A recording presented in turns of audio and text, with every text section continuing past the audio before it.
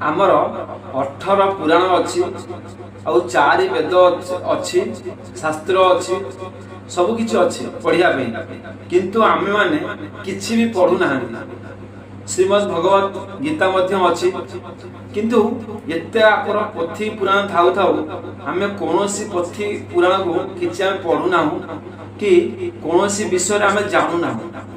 तो देखंतु हमको प्रत्येक दिन निश्चित भाव में गीतार गोटी हो कि दुटा श्लोक हो पढ़ा निहाती आवश्यक। आ भागवतर किछि अध्याय गोटाए अध्याय हो कि दुटा अध्याय हो पढ़ा निहाती आवश्यक। कहीं ना जदि आम गीता और भागवत पढ़ुचंदी आमे भगवान को विषय जानी परिबा, भगवान को बुझी परिबा, भगवान को भक्ति करि परिबा आउ हमर भक्ति मार्ग रे उत्साह बढ़िबो आउ खराब काम रु हम मन धीरे धीरे दूरे की जीवो। तेणु करी प्रत्येक लोक समस्त को गीता आउ भागवत पढ़िया निहाती आवश्यक। नमस्कार, जय जगन्नाथ, शुभ सकाळ समस्त को।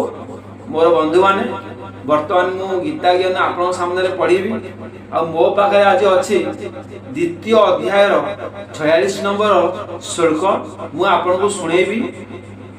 तो आरंभ करूची, आपण माने गीता ज्ञान यही अमृत वाणी को श्रवण करंतु आ भगवान श्री कृष्ण को प्रार्थना करंतु आम मान जीवन में सदाबले सुख लगी रहू, दुख दूरे जाऊ। गुरु ब्रह्मा गुरु विष्णु गुरुदेव महेश्वर गुरु साक्षात् परम ब्रह्म तस्मै श्री गुरवे नमः। ओम गुरुदेवाय नमः। एबे आमे आरंभ करिबा 47 नंबर श्लोक। जावानर्थ उदपाने सर्वतः संप्लुतदके तावान् सर्वेषु वेदेषु ब्राह्मणस्य विजानतः। देखंतु ए जो श्लोकटी मु पढ़िली आर गोटे गोटे शब्दर मीनिंग मु फास्ट कहबी आपन को, तापरे ताको व्याख्या करिबा। देखंतु गोटाए कथा हमर कुआ वाला एठी ना जावान अर्थ उदपाने सर्वतः संप्लुत दके। आर माने आपण मन को कहूची, देखंतु जावान अर्थ आर अर्थ होची जेतिकी प्रयोजन। जावान अर्थ होची हमर जेतिकी प्रयोजन। उद पाने, उद पाने होची छोट जलाशय रे, उद पाने होची छोट जलाशय रे।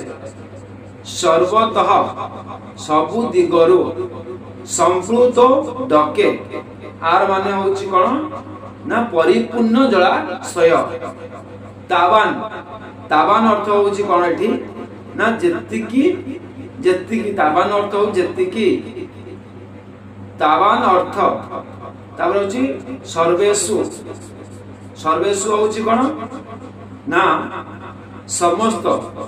वेदेषु होची वेदरे ब्राह्मणस्य, ब्राह्मण मानकर बीजानतः, बीजानत बा सेतिकी प्रयोजन रही थाए।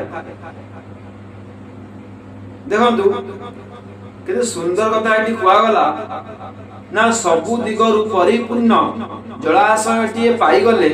छोट जलाशय रे मनुष्यर जेतिकी प्रयोजन रहे, ब्रह्म ज्ञान लाभ करथिया ब्राह्मणकर समस्त वेदरे सेतिकी प्रयोजन रही थाए। कहउचंदी जो ब्राह्मण माने ब्रह्म ज्ञान करिसंदी सेमानकर सेतिकी प्रयोजन रही थाए। तो एठी एही श्लोक रे जलाशयर दृष्टांत काहेकि दिया गला, एठी जलाशय दृष्टांत काहेकि दिया गला मु आपु संपूर्ण भाबरे आपन पढि के सुनेबी, आपन बुझंतु भलो से ना। एही श्लोक रे जलाशयर दृष्टांत देई भगवान ज्ञानी महात्मांकर आत्यंतिक तृप्तिर वंदना करिसंती। माने ज्ञानी मानकर तृप्ति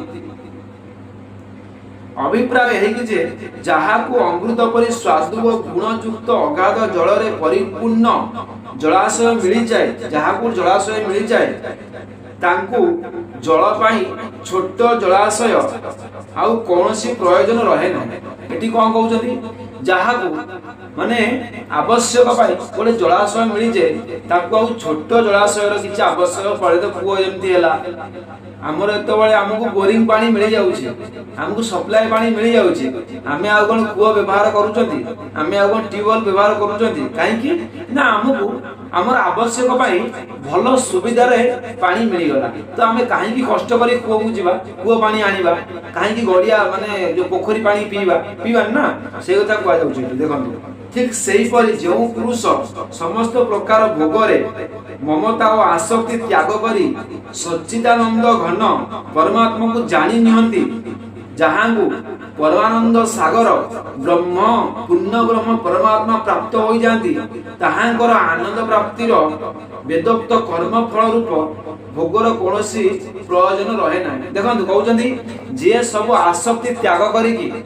भगवान प्राप्ति पाई की कर्म करे ताहार आ कर्मर फल कौनसी आसक्ति रहे ना फलर कौनसी कर्मर फल रे तार कौनसी आ लोभ रहे ना बा कर्म फल न पाइले मध्य ताऊ किछि कष्ट हुए नाही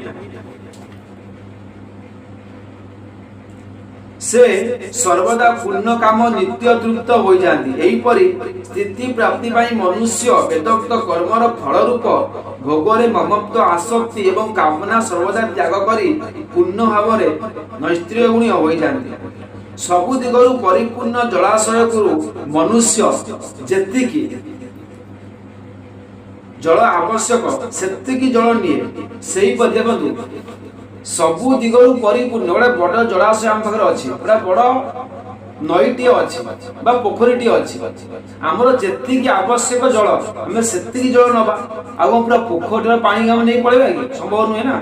से कथा कहउछंती ब्रह्मदर्शी ज्ञानी निजर प्रयोजन अनुसार वेदर अंश को नियंती एही परि अर्थ गले किछि आपत्ति अछि कि हां जो ब्रह्म ज्ञानी अछि जो माने ब्रह्म ज्ञानी अछंती से माने वेदरु किछि अंश नियंती जेति कि तांकर आवश्यक लोक कल्याण पे आवश्यक निज पे आवश्यक वेद होउछि बहुत बड़ अगाध समुद्र आ अगाध समुद्र को एकाथरे कौन नहीं हबो कि तेणुकरी जेतिकी आवश्यक सेतिकी ही नियंती एथिरे किछि आपत्ति कार नाही कारण ब्रह्मज्ञानी पुरुषंकर संसार रे कोनोसी प्रयोजन नथाय तांकर ब्रह्मज्ञानींकर संसार कोन प्रयोजन से केवल भिक्षा मागिबे आउ खाइबे आउ जे ऋषि माने आउ समान तांकर निज जीवन व्यतीत करिवे आउ जो मान सांसारिक से मान संसार रहिले मध्य सांसारिक नुहंती जे ब्रह्मज्ञानी संसार करचंती पिला छुआ स्त्री मझी रे रहउचंती से सबु समस्त पाखे रहिले मध्य